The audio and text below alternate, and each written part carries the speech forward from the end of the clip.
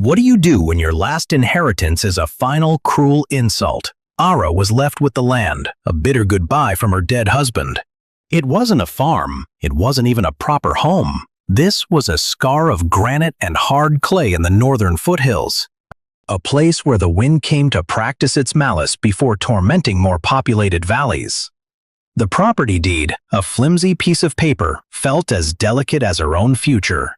It said 10 acres, but 9 of those acres were a steep, unforgiving slope that shed slate in the spring and held snow until June. The last acre was a grudgingly flat patch of ground. On it stood a cabin that seemed to apologize for existing. It was built from unpeeled logs, chinked with mud that had long dried and crumbled. Thin, whistling cracks let the wind in. It sang mournful songs through the gaps. Liam, her husband, bought it for a song too, a song sung by a swindler who was surely still laughing on his way to somewhere warmer. He talked about potential, about carving a life out of the raw earth, but Liam had neither the patience nor the grit for such a task. He had the soul of a poet and the hands of an office worker. The land had broken his spirit long before the fever broke his body. After creditors stripped the bones of their shared life in the city, taking the furniture, the good china, even Liam's books, this worthless parcel was all that remained. It was an inheritance of debts and desolation, a final testament to a life of beautiful, impractical dreams. Ara came here not to live, but to retreat, to escape the pitying glances and whispered condolences from the village. She wanted a quiet place where her grief could settle like dust on an abandoned floor. That autumn was a warning, a whispered threat on a wind that carried the smell of iron and ice from the high peaks. The sun, a pale disk in a sky the color of old pewter, offered little warmth. Locals from the nearest village, a day's walk away, spoke of the coming winter in low, reverent tones. They talked of goose bones and the thickness of squirrel fat, of old almanacs and even older superstitions. All the signs pointed to a season of deep, terrible cold. They looked at Ara, a woman alone in Liam's ramshackle cabin. Their faces were a mix of pity and morbid curiosity. It was a tragedy waiting to happen, a story they would tell around their own warm hearths. When the blizzards came to bury the world in white, how would she survive? Her brother-in-law, Marquez, was the most vocal. He was a solid man, built on practicality, his mind always on profit and loss. He drove his sturdy wagon to the cabin one day. It looked out of place against the crumbling shack. Marquez stood there, hands on his hips, his eyes sweeping the land with clear contempt. "Sell it, Ara," he said, no sympathy in his voice. "Sell it to me. I'll give you $50 for the granite rights." He paused. "You can't live here. This isn't a home. It's a tombstone waiting for a man." She refused, not out of hope, but from a stubbornness that was the last solid thing she had. The land was hers. The failure was hers. The grief was hers. She wouldn't sell it for the price of a cheap coffin. Marquez shook his head. It was the gesture of someone dealing with a madwoman. "The first freeze will bring you to your senses," he yelled as he left. "Or it'll kill you. Either way, my offer still stands." His words hung in the thin air, sticking to the cabin like the frost that now began to draw crystalline patterns on the single window pane. The cabin was a sieve for the cold. Ara spent her days stuffing moss and mud into the cracks between the logs. It was a task as endless and useless as trying to bail out the ocean with a thimble. The wind always found a new way in, a new crack to exploit, whispering its icy promises as she tried to sleep under a pile of tattered blankets. Her firewood was a small, sad pile against the cabin's north wall. She knew, with a certainty that chilled her bones, it wouldn't be enough. It would never be enough. The cold she fought wasn't just temporary. It was an entity, a patient predator, simply waiting for her resources and her will to run out. Despair became her constant companion. It was there in the morning, when her breath clouded the frigid air. It was there at night, when the cabin's beams groaned under the wind's force. She was a sinking ship, and the ocean was infinite. Then it happened. During a truly violent gust, the wind slammed into the cabin with physical force. Ara was outside, trying to secure a loose piece of tin on the roof when the blizzard nearly knocked her down. She stumbled, looking for a moment's shelter. Her feet carried her to the base of the massive granite hillside that loomed over her land. It was like a stone god, watching. There, half hidden by thick hawthorn bushes, she saw it, the broken-down remains of an old root cellar. Some forgotten builder had dug it into the earth. The door had rotted away long ago, leaving a dark, open hole in the side of the hill. Driven by instinct, not thought, Ara crouched and crawled inside. The change was instant. It was astonishing. The roar of the wind vanished. A deep, heavy silence took its place. But it was the air itself that hit her. Outside, the wind had been a sharp, cruel blade. Here, only a few feet underground, the air was completely still. It was cool, yes, but a moist, neutral cool. None of the wind's biting hatred. It was like the difference between a sharp knife and a dull stone. One cuts, the other just is. She took a few steps further into the darkness, her hands brushing the damp earth walls. The temperature seemed to hold steady, a baseline of existence. It felt untouched by the fury raging outside. She remembered something her grandmother used to say, old country wisdom. At the time, it had sounded like a quaint fable. "The earth has a deep breath," the old woman would murmur, her hands deep in the dark garden soil. "It breathes cool in summer and warm in winter. You just have to know how to listen." Back then, Ara would smile and nod. Just poetry, she thought. Now, standing in the still, stable air of that cellar, she understood. It wasn't poetry, it was physics. The ground under her feet, the huge mass of the hill beside her, was a thermal battery. It soaked up the sun's heat all summer, holding it deep inside. Then, slowly, grudgingly, it let that heat go. It kept a temperature much more stable than the violent swings of the world above. An idea, so bold and strange it made her dizzy, began to form in her mind. Everyone, even Marquez, saw the hill as a useless, unmoving barrier. They saw the cabin as fragile, impossible to defend. They tried to fight winter on its own terms. Out in the open air, where it was strongest, they built thicker walls. They burned more wood. They tried to create a small bubble of warmth in a vast ocean of cold. What if they were wrong? What if the answer wasn't to build a better fortress against the cold? What if it was to retreat to where the cold couldn't reach? If you want to see how Ara faces the impossible work ahead, subscribe. The story of what she built is just beginning. The idea that bloomed in her mind was immense. It would mean tireless work. People would call it madness. Ara wouldn't try to insulate the cabin at all. The cabin would stop being her home. Instead, it would become an entrance, a porch, an airlock for her real refuge. She would dig out the old cellar, making it bigger and deeper. She would carve a living space directly into the heart of the hillside, then connected to the cabin. Ara imagined a passage lined with stone, a tunnel leading from the back of her small shack straight into the earth. It would be an umbilical cord to the stable, silent heat deep underground.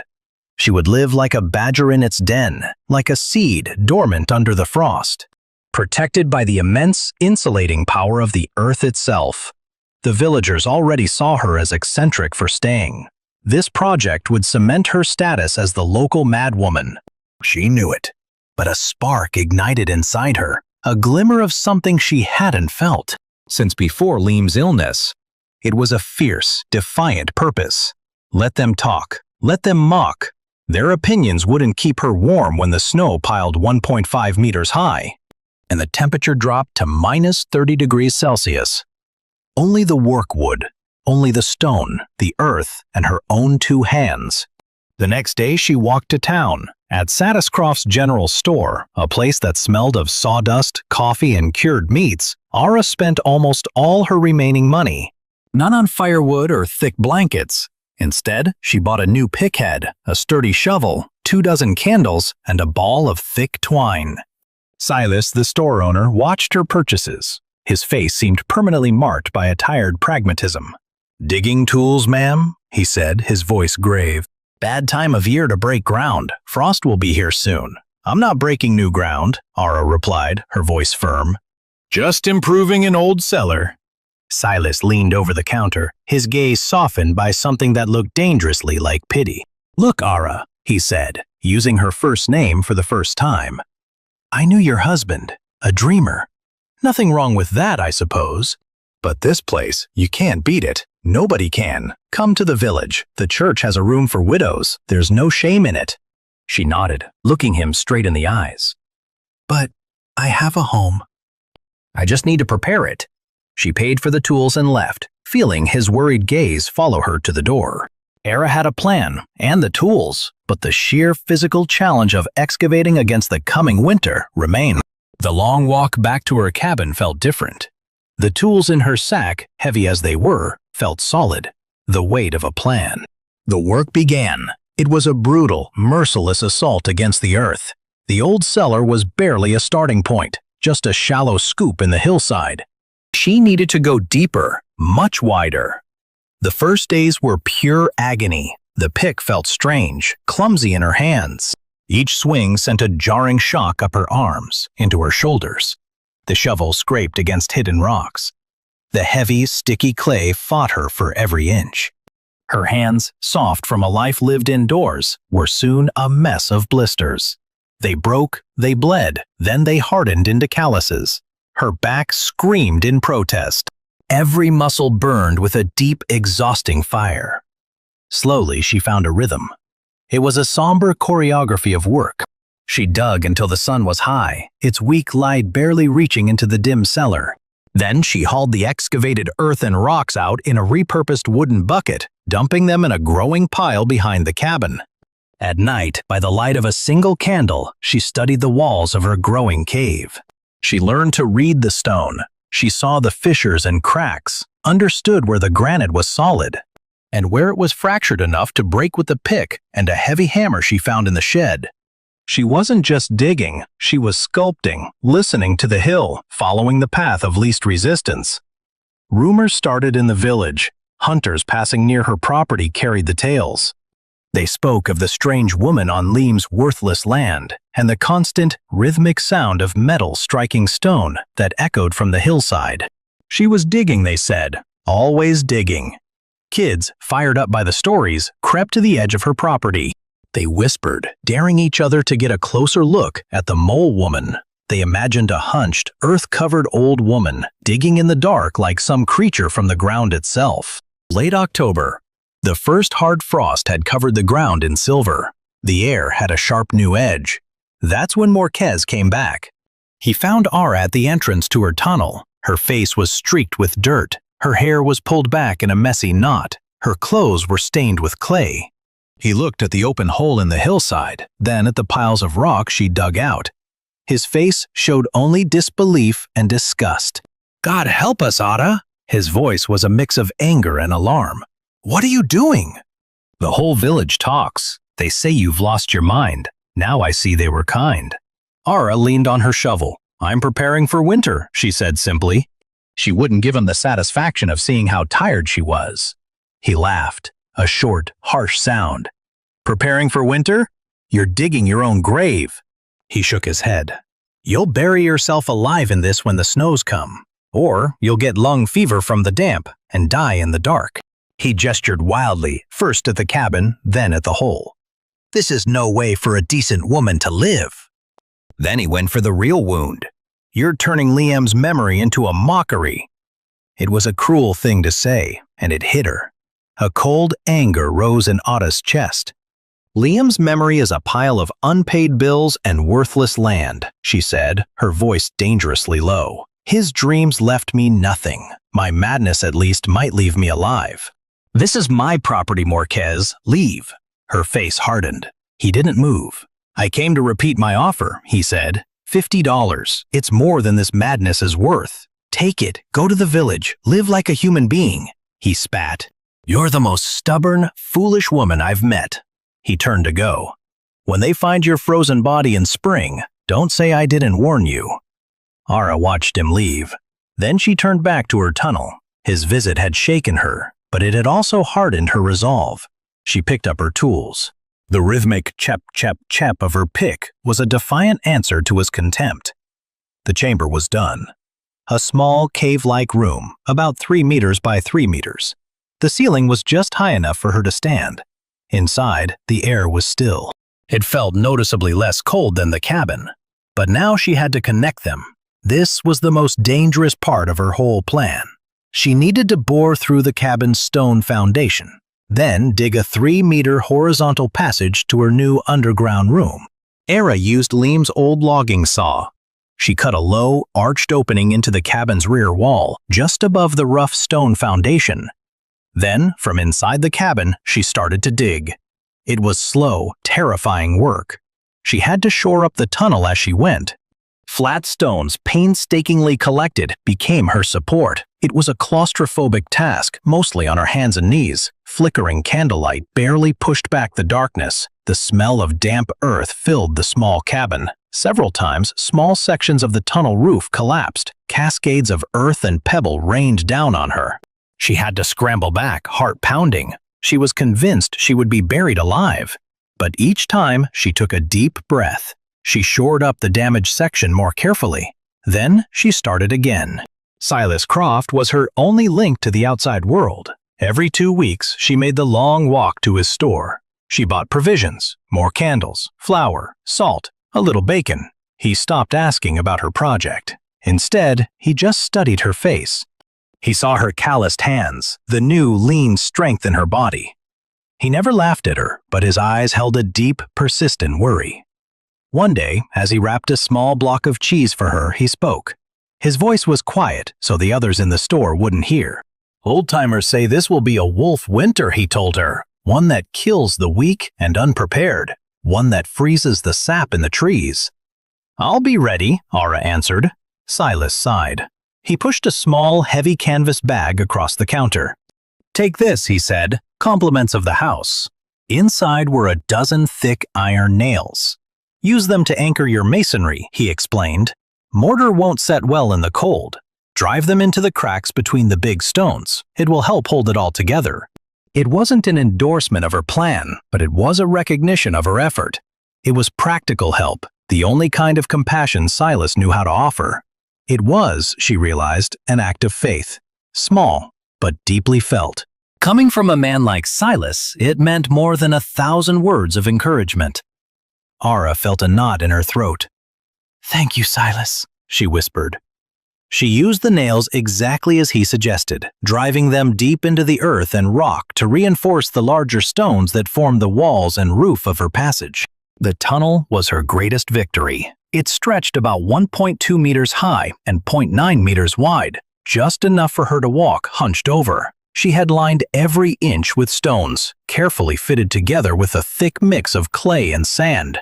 It wasn't beautiful, but it was solid. The day she broke through the last few inches of earth and into the wall of her excavated chamber was a moment of deep triumph. She crawled through the opening, from the dark tunnel into the even deeper darkness of the room, and let out a sigh of pure relief. The passage was complete. Her final task was to create a heat source and manage the air. She patiently took apart the cabin's small cast-iron stove. This was a monstrously heavy, awkward job. Piece by piece, she moved it through the passage and into the chamber in the hillside. Then came the most ingenious part of her design. Using sections of stovepipe Silas had sold her at a steep discount, she built a long chimney. It ran from the stove, up through a narrow vent she'd opened in the chamber roof, and then up the steep hillside surface. She anchored it to the granite face with more of Silas's nails. It was an ugly, crooked contraption, but it drew perfectly. A small, well-tended fire in the stove would not only provide heat, it would also suck fresh air from the cabin, through the passage, and into the chamber. This kept the air from getting stale and dangerous. By the first week of December, she was finished. The world outside had transformed. The vibrant colors of autumn were bleached from the landscape. Only the austere monochrome of winter remained. A permanent dusting of snow covered the ground. The trees were black skeletons against a white sky. The wind had a new voice, a sharp, mournful howl that spoke of the deep Arctic cold gathering in the north. Ara moved her few essential things, her blankets, her small store of food, a handful of books, from the cabin to the earth-warmed chamber. She sealed the cabin's front door from the inside, stuffing rags and snow into the cracks. She did the same with the window. The cabin was now a buffer zone. Her world had shrunk to the small, stone-lined room in the hill and the passage that connected it to the frozen world above. The great blizzard arrived on the winter solstice. It didn't come gently. It descended like an invading army, a white wall that erased the horizon and swallowed the sky. Silas's store radio called it the storm of the century, a Siberian express bringing record-shattering cold. For 2 days before it hit, the village buzzed with frantic work. Men chopped extra wood. Women canned the last of the fall vegetables. A shared dread hung over everything. Then the storm landed. All activity stopped. The world went silent, buried under a torrent of wind and snow. In the village, the cold was a physical thing. It laid siege to every house. It seeped through window frames and under doors. Condensation on nails turned into solid ice. Pipes froze and burst. Chimneys clogged with wind-blown snow, filling rooms with acrid smoke. Families huddled in a single room, feeding their stoves constantly. They watched their precious wood piles shrink at an alarming speed. Marcus, in his big, well-built farmhouse, felt the cold press in. He had prepared, but the storm's ferocity was too much. The wind found a weakness in his large stone chimney. With a terrible grinding sound, a section of masonry fell. It sent a cascade of stones and soot onto his hearth. The main room filled with suffocating smoke and a blast of Arctic air. His fortress had been violated. For Ara, the storm's arrival was quiet. In her chamber she heard the wind, but it was a distant, muffled roar, like a far-off ocean. The stone passage and the tons of earth above her absorbed the storm's fury. The cabin upstairs groaned and shook. But here, 3 meters underground, everything was calm. The air in the chamber stayed stable at about 4 degrees Celsius, even without a fire. It wasn't warm, but it was a life-giving temperature. It was the constant, gentle breath of the earth. She lit a small fire in the iron stove. The little metal box glowed a warm cherry red.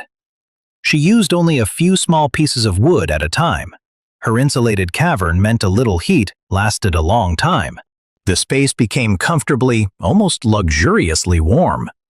She cooked a small meal of bacon and cornbread over the stove. Savory smells filled her cozy burrow.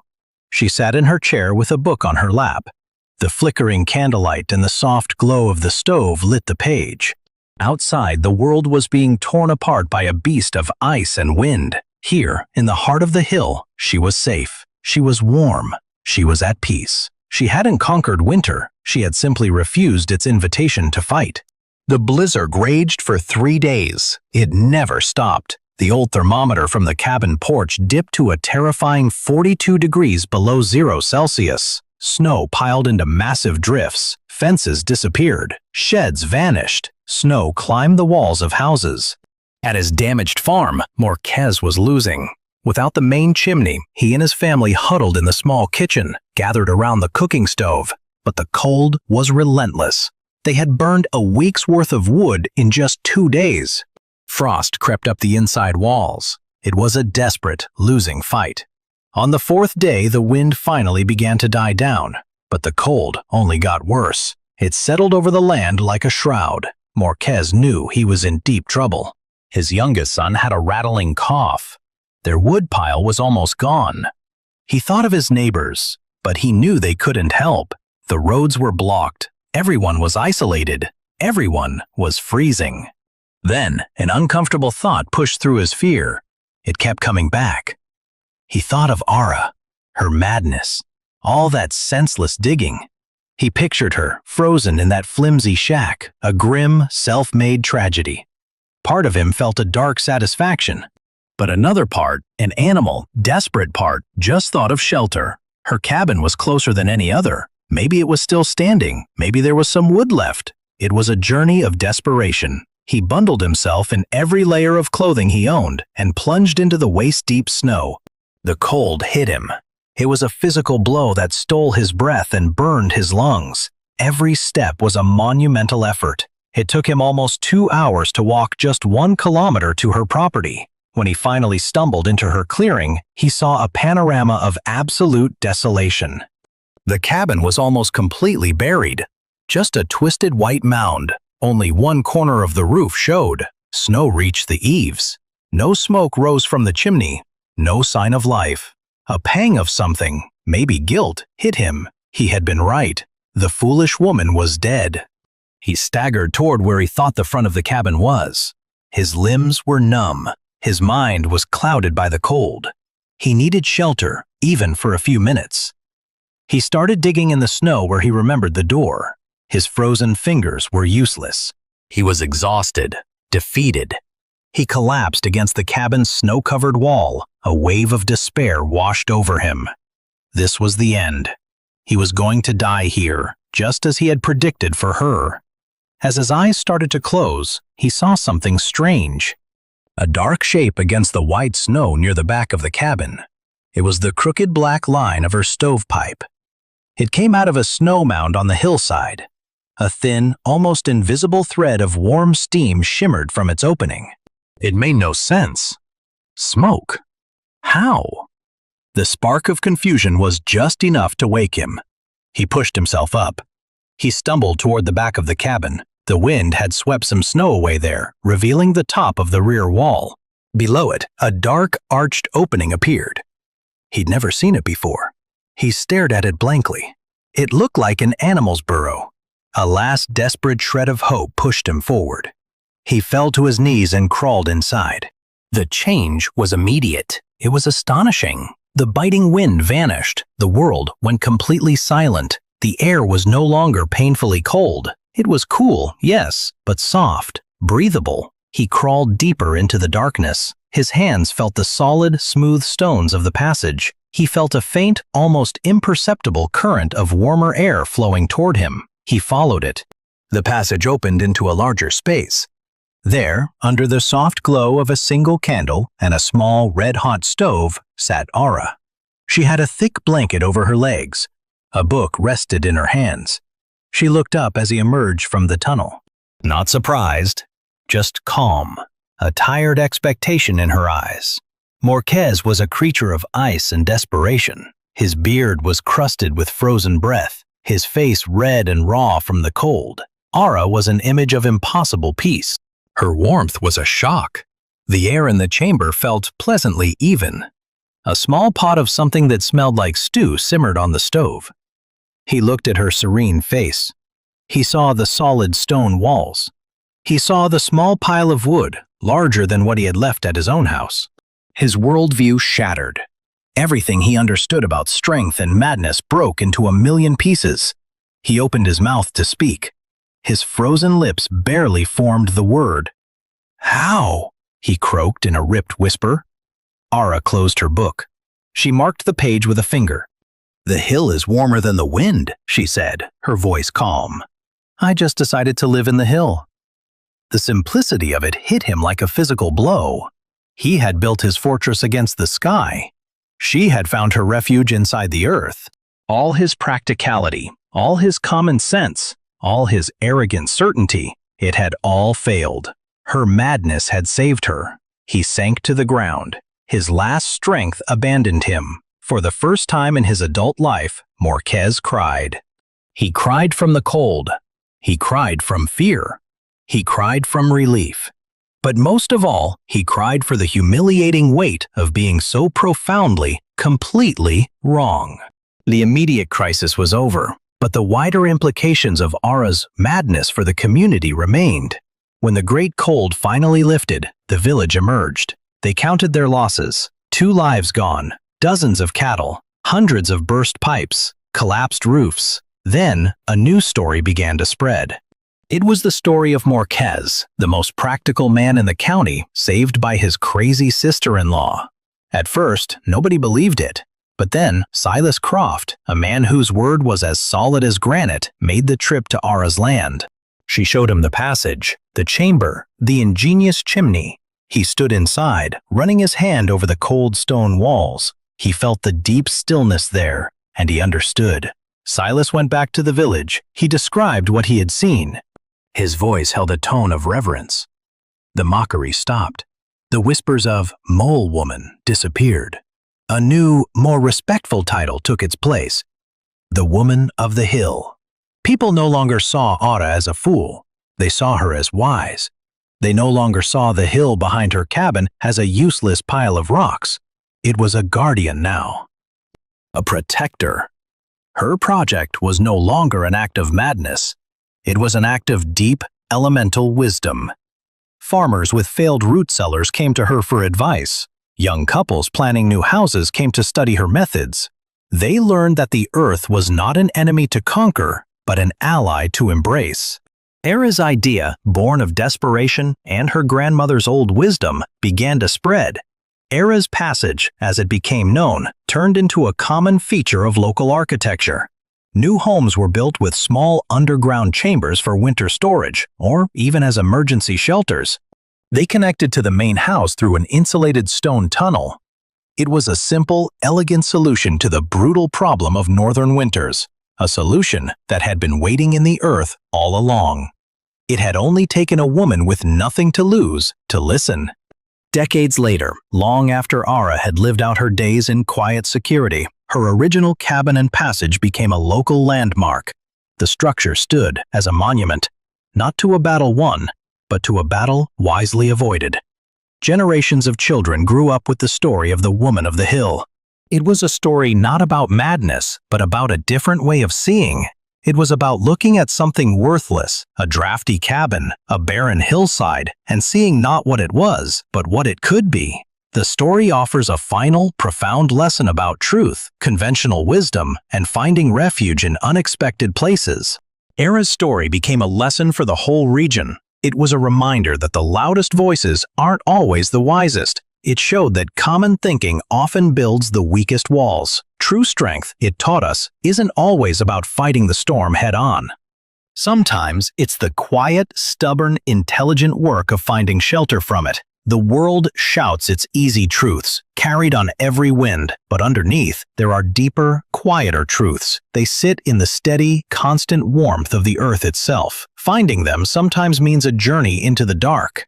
It means being willing to look like a fool. It means digging with your own hands. If finding these deeper truths is something you want more of, subscribe. I find stories like this every few weeks. And drop a comment. What obvious truth do you think we're missing today?